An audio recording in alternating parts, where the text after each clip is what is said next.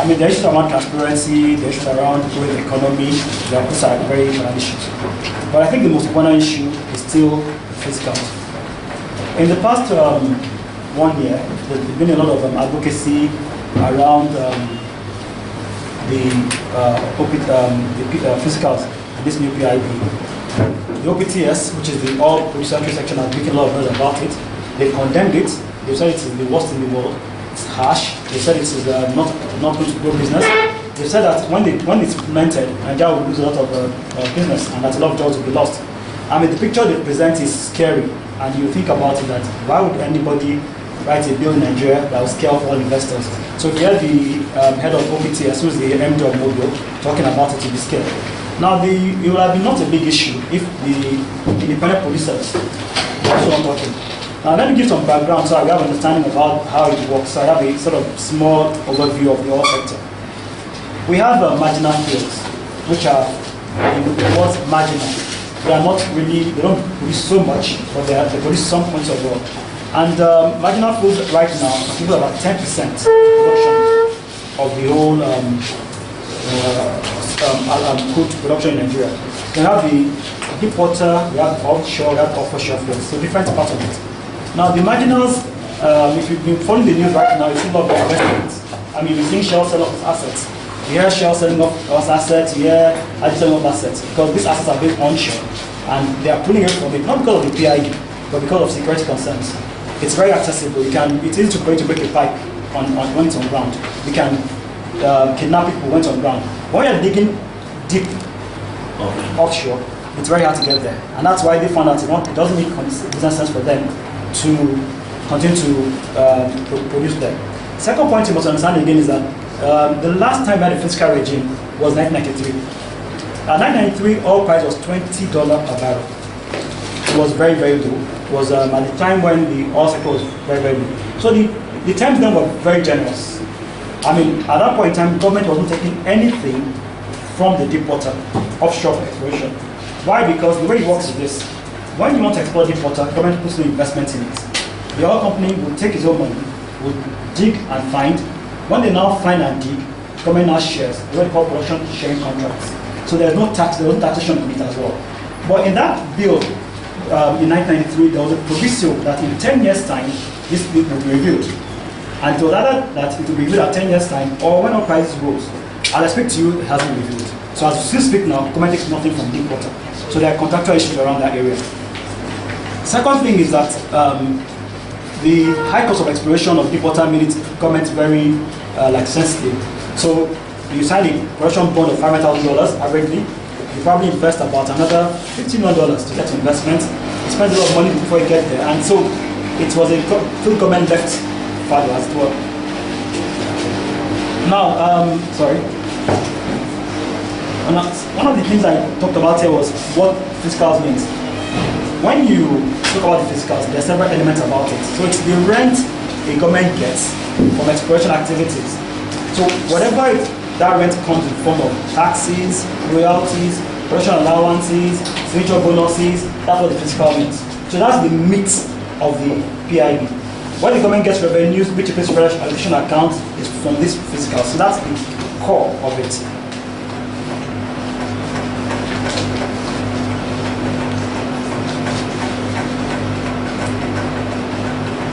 Now this is what Nigerians have in the Nigerian PIB right now. These are elements of Nigeria. It varies from country to country.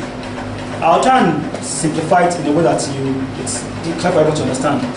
Now, you know what royalties mean. Let me give an example you can understand. If a record producer produces an album sells 1,000 copies. The way it works is like for every copy, the singer gets maybe $1. So if you sell 1,000 copies at $10, the singer gets $1. That's royalty. Now the way it works is the more you produce, the more oil comes out, government gets more. So there's a charge on it. That's royalties that create from production, and that's for deep water exploration. Second one is signature bonus. At the point in time when licensing rounds happen, when government is allocating licenses to people who want to go to do other marginal fields, there's a bonus you pay for signing on that thing, across signature bonuses. The other one is production sharing contracts. Now let me give some background about that as well. Remember I told you that when you are going to dig in deep water exploration, government puts no penny to it. So all the monies are the liberty of the contractor. Now the contractor, before paying any royalties to government, will take out his costs of exploration. So if he spent $25 million on exploring the oil, they take $25 million out, and then the remaining balance is what they share. Now typically, in an arrangement that happens, the more you produce, the government gets. But government also gives what they call production allowances to you to encourage you to do better. So if you're digging to like, let's look at, say you're going to like 100,000 meters into the ground and you're bringing out more volume, your tax might start reducing as you're doing more volume. So that's part of the elements now. It's a floating rate. So you produce more, tax reduces. It's a way of encouraging investment and growing it. Then there are also things like incentives. Incentives might come from, well, you take a very difficult field that's very hard to produce, maybe like Albania, for instance, where it's estimated that your cost is very high. Government might say, well, on this field, we'll give you 25%, 35%. So it's a floating rate. So that's the element of what the fiscal regime consists of. These 5 major issues are what the fiscals are. I hope it's clear. And if I'm thinking too fast, tell me that I talk very fast. The last part I did mention is corporate taxes, and that's also there. They've been paying corporate tax before on onshore marginal fields, but there's been taxation on deep water. So the only thing that is new now is the royalties and the PSAs, which is what the OPTS talks. I'll tell you what the OPTS thinks about it, but this is not my view, this is the OPTS view, so that you understand where they're coming from. And they've been the strongest advocates around the PIB. They've been lobbying so hard for the PIB not to be passed. They have not put something new, but they don't want the PIB as it's passed. They think to kill their business and the industry. Now, these are the real figures and facts in the PIB. Now, there is one of the reasons why the PIB is again, government trying to grow the indigenous explorers. So government wants indigenous people to participate more. Another context where to understand it. You might give a field to, say, Mr. Udo now. I give a field in Oredo in Edo State and ask him to produce it. Now, you might have only the capacity to mine 10% of it. There's about 89.9 value. Now, what government ought to do is, if you're not mining your field, government should take it back and give someone that will mine it. Maybe you don't mine because you don't have any interest in mining, because things are difficult, and you might think, okay, let me just sell it off. Now, government wants to encourage more indigenous players in the marginals. And like I said right now, it's at 10%. This is grown. When the government took over in 2004, it was at 2%. Now we got to like 10%. The marginal producers are people like the Adenugas, the other small Nigerians that have investments there, Afrin and Co. So that's the 10% you see contribute to the thing. It's not very high, but the government wants it to grow. Now, one of the things they've done is now they've made it the bigger your acreage. Acreage again means the size of the field. So if you have a field of maybe 25,000 meters, you pay more. The government's thinking about is that when you have a bigger field, you get more. So you should pay more. And you have more resources to do more. Smaller fields pay less. Again, encouraging the indigenous owner and give the background to understand what the government is thinking about. The government is thinking, okay, we want to grow our local industry. The reason again is this, so you understand the policy of it. All as big as the policy is, does not employ many people. The average contribution to the sector of Nigeria in terms of employment of the oil sector is less than 1.2%. As soon as you dig a field, you don't need to do any work. As soon as you've dug it, you've done all the things, and you bring all the expertise from abroad anyway, and you bring the rig, everything from abroad. So the only thing you get in Nigeria is maybe the pipes and the cement. So you pipe it, you cement, you mud it, all is coming out, all you put the fuel station there, and you go away from it. So it doesn't really contribute much to labor. And again, because all these technical inputs come from foreign countries, the local economy there is not really doing well. Some background again. Some time ago, there was an article in the paper where somebody claimed that the North has all the oil fields in Nigeria. I'm sure many of you read that article, where it said the North has the oil. Okay, that was totally untrue. Anyway, it was based on social sentiments. There's a different thing to give fields to people. There's a different thing for fields to be working. So I can give you a field. In 1992, when Babangida gave the fields to Nigerians, he gave it across the country. He gave it to both Igbos, Yorubas, Hausas, and across people. Now, out of the 12 fields allocated in 1992, only about 3 are doing any production. The majority are idle.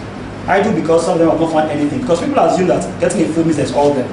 A field might be barren. 1, 2, you might not even find the cost to exploit. 3, technical resource to exploit. So a lot of fields are lying idle, and a lot of them have been sold off to other investors, as it were. So it's not really that picture. It's not really as I said. In real contribution, what the local people should produce is less than actually 6.5% in low terms.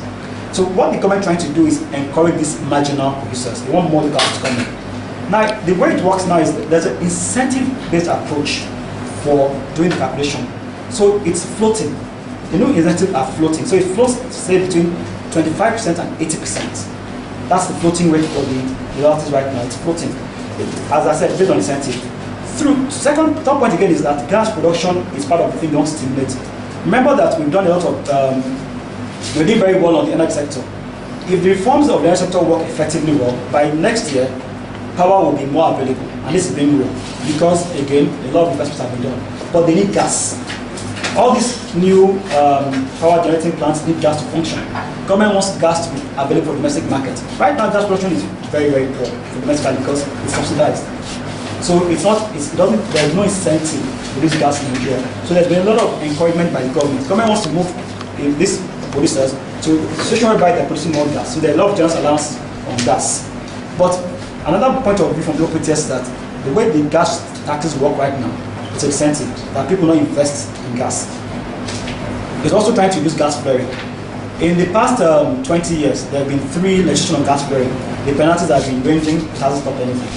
And if you travel to Niger Delta, you see gas flaring happening. Now, they're very notorious for that. Now, the penalties are quite low right now. What you pay right now for flaring is not very high. 2, the technology is not very available. It costs a lot of money to ship technology. While the government might say stop gas flaring in 5 years, the government has to realize that these companies need money to stop gas flaring. It takes a little kind of technology to stop gas flaring. So you do another kind of investment, which is not really available right now. The other thing it does is that it uses a time-based process to calculate it. So if you are coming to the industry new now, you pay less. But the more you grow, the more you pay. So it recognizes ranges from between 2 to 6 years in payments. So the longer you're in the industry, because what the government is thinking that as you have been growing as a business, you shall be doing stronger and better, so you can pay more taxes. So again, it favors the new entrants, it favors the indigenous people, but at the end of 6 years, it stops favoring them, it becomes a balanced scale. Then what Mobile, Shell, and Power complains that, what about us? We spent our money 1995, 2006 to do this work. What happens when this PIB is passed? Are you going to take it back retroactively? We'll pay much more from doing this, but these are issues that need to discuss. Then what the new fiscal regime does is takes away 16 existing bills. We've had so many bills around fiscals. We have so many laws around it. So what they try to do is amalgamate everything together in one bill. So all the issues of corporate tax, royalties, production sharing incentives, paid self are all together in one bill. I said earlier that deep water was not taxed before because of the cost and because it was lower prices. All is doing one. How much is the oil barrel today? Maybe $120 today. 1114. So compare 114 to $20 in those days. Whatever the oil companies are complaining about, they made it over the years. So the government wants its money back. They have taken money in the past 15 years. They want some of its money back now. That's what it's trying to do now.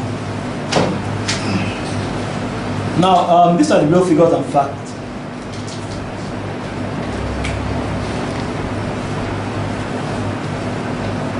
Now, the tax is to be implemented around free acreage held but not mined. What the government wants to do is it wants to free up the ones held by companies that are not being used. Mining means that extracting from it. I'm trying to be so it's very clear.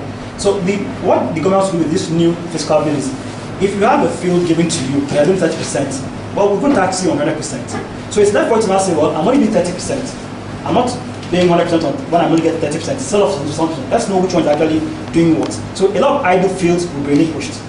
So if I'm holding, say for instance, I have a 225,000 acreage for my exploration, and I'm only doing 10% of it, and I'm being paid tax on 100% of it, what will I do as an investor? I'll probably call government and say, come and take back 90%, I'm not doing 20%. So that's one of the things they're trying to do now. Now, they're trying to ensure gas is produced in the domestic market, not the international market. So if you calculate it, there's something, when this fiscal were developed, they use what they call a model. Now, DPR is it's synonym. The Department for Petroleum Resources does all the investments for the Nigerian government. It's a division of the NNPC. They do all the contracting, the cyclicals, the cost of things, they present them. Now, they use the model to calculate this. The model was used at 15 years industry average. So what does it cost average to do on all world life banning? How much does it cost to do it in Olorobi? How much? That's what they factored in their things. Based on that model, they look at what was the best for Nigeria from their perspective, and that's what they put in the physicals. Now, the operators have done their own as well, using the worst case scenario. You know, in a model, you can do models if you're forecasting for next year now as individuals.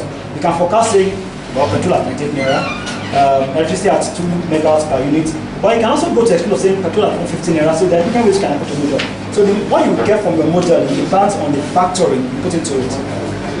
And what we're trying to do is make it very simple to collect. FRS does not do effectively well in collection. What has been happening right now is FRS does collect that toll to it. She's from NITI. One of the things NITI doesn't report what they're told. Nobody can tell you categorically today how much oil we're producing. We don't know. You only use the figures given to you by the industry. The industry says you are producing 10 meters, that's what you agree. And that's why FRS will tax. But what we're trying to do now is saying no. We might not know how much we're exporting or how much we're producing, but we can know how much is being drilled. We can determine from onset, say, well, we're drilling this amount of men, the volume by this way, so we tax on that basis. What we know. So we move away from the part of what is close to us. We move away to the point of saying this is more transparent regime and collection at a central point. Also, it also ensures that the indigenous people will get more, as I said earlier on. And then there's what we call production allowances. One of the things, you know, in the way it works in the oil industry, just some rule. You might have high royalties and counterbalance to production allowances. So for instance, I'm digging 1 million barrels a day and I'm paying royalties of maybe 10% on every millimeter I'm bringing out. I'm bringing out in gas. But then you might also allow it to have an incentive of saying, well, I'll balance what you are doing because you're digging more with production allowances. So I'm saying, produce more, the taxes will fall more. So it's a balancing game. So that's this is the way tax is now. You could actually have it this way, that as you're drinking more, the tax is rising. But the way it works is that you're producing more, this is also lowering.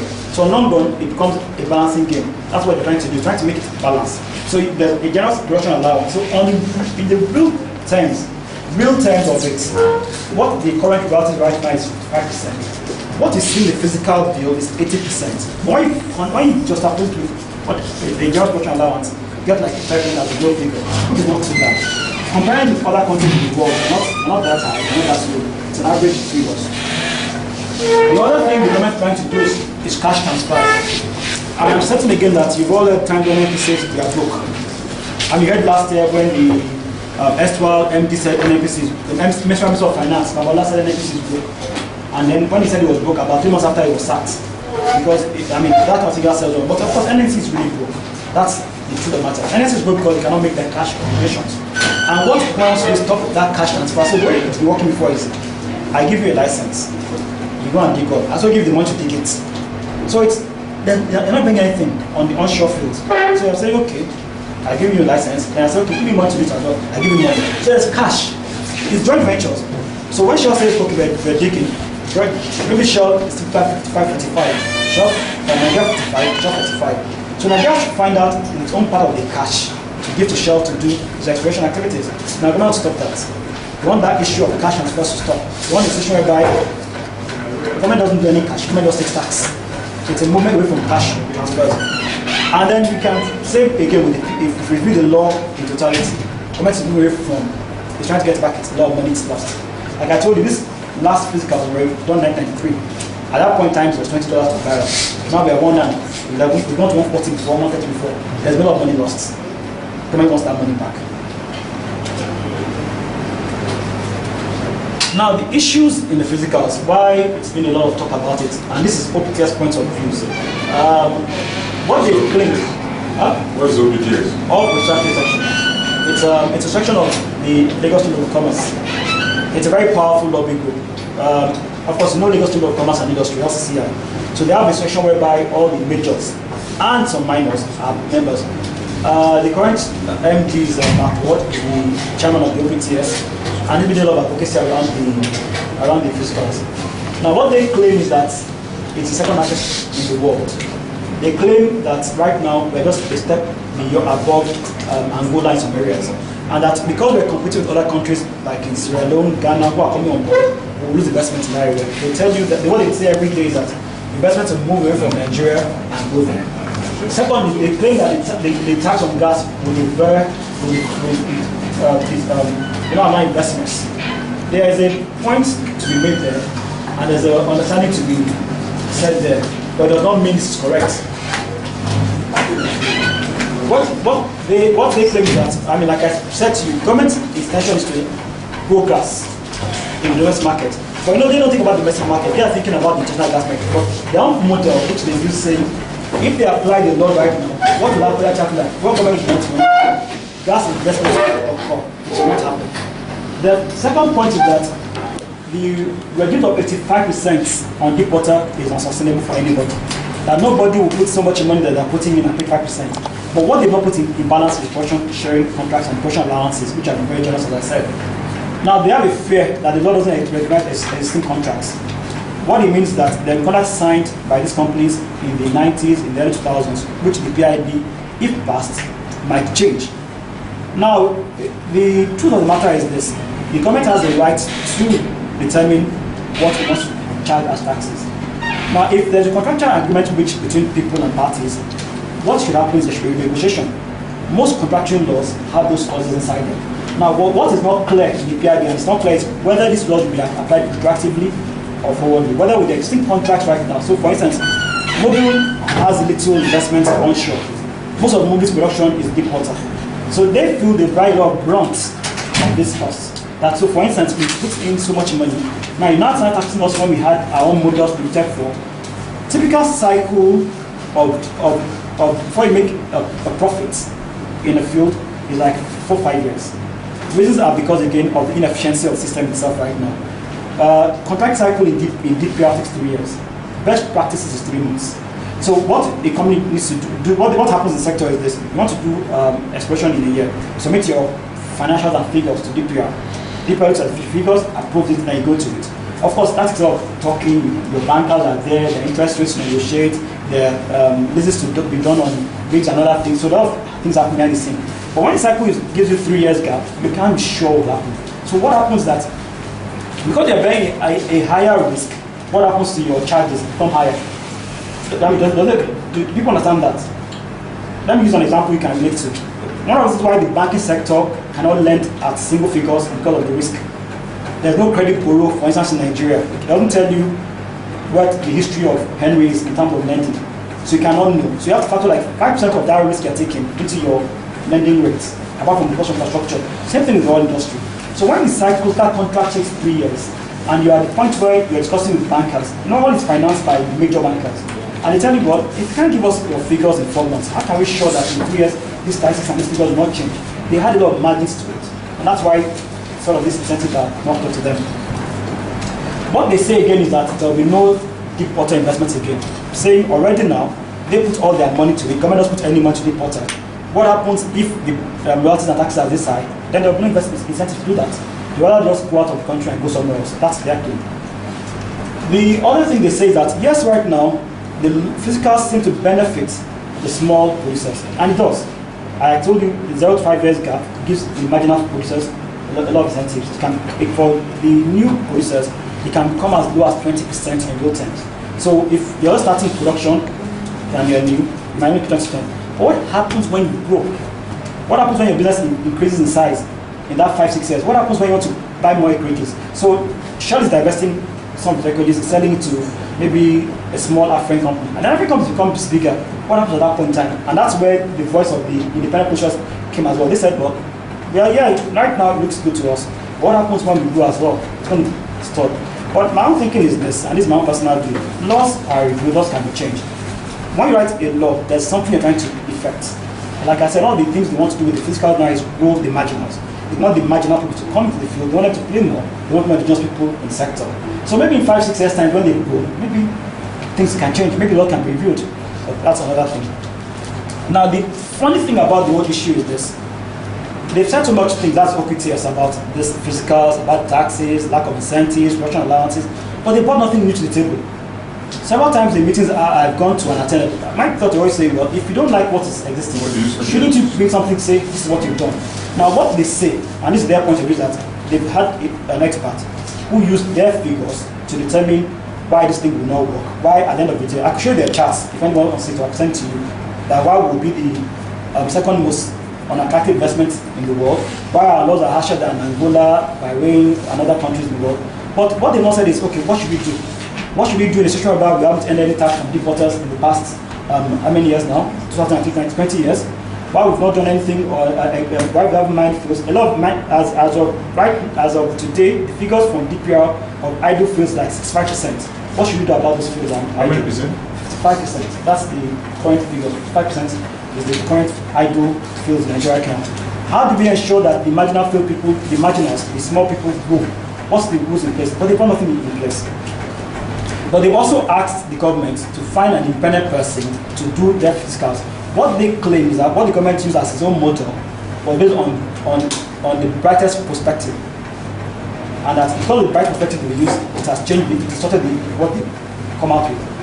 And government should find somebody that can use both their figures and figures of DPR and say, okay, this is actually the best model, and talk about it. Okay. Now, what should we discuss here? What I thought were the big issues there. OPTS are a very powerful lobby group. They have money, they have resources, they have the power of influence negatively or positively. They can corrupt the bill. Like Dr. Tive said in information, this is the third attempt at reforming the sector. Like I tell everybody, NNPC is a survivor. NNPC has survived 7 heads of state and 2 presidents. They can survive. It's in them to survive. One of the things that will happen with the PIB if it passes, NNPC becomes a real player in the industry, becomes a competitor. They don't want that. All the ability to corrupt and influence and those things will cease. Will happen. So for them, no PIB means no business. Now for the OPTS as well, no PIB means no business. Status quo remains. So that means it's just for them. So what do we do to negate that threat? Second thing is again the gas investment. We've done all this investment in the power sector. The roadmap is one of the best in the world. As the government is going on forward, and if it works well, we should have power by 2030. That's the certainty. But what happens when there's no investment in gas? Because of the harsh fiscals, in quotes, harsh from the perspective of the investors, what happens if people never invest in gas? How do you get power? It's very critical that this sector is reduced for the gas issue. Then the other thing is the small operator. Again, where does it lie? How do we ensure that, people that are not as big as Shell or Mobil, Chevron can continue to exist in the market? And how do we ensure that they're protected? And how do we foresee that the point time will go? Because again, imagine a road you build that you estimate that only like Abuja happened. Abuja was planned for 20,000 people initially. Now we are 2 million, 3 million people. What happens when these small investors become big? What happens to the fiscals? What changes to them? They will go. They won't be at staff they are now. So it's generous to them right now. What happens on that issue? Then the last point again is divestment. So if true to threat, it happens that the PIB is passed and the international think, the IOCs think that this is not the best regime for them and start divesting, what happens? So these are the things that I think you should discuss. So I don't know if there are any questions and answers.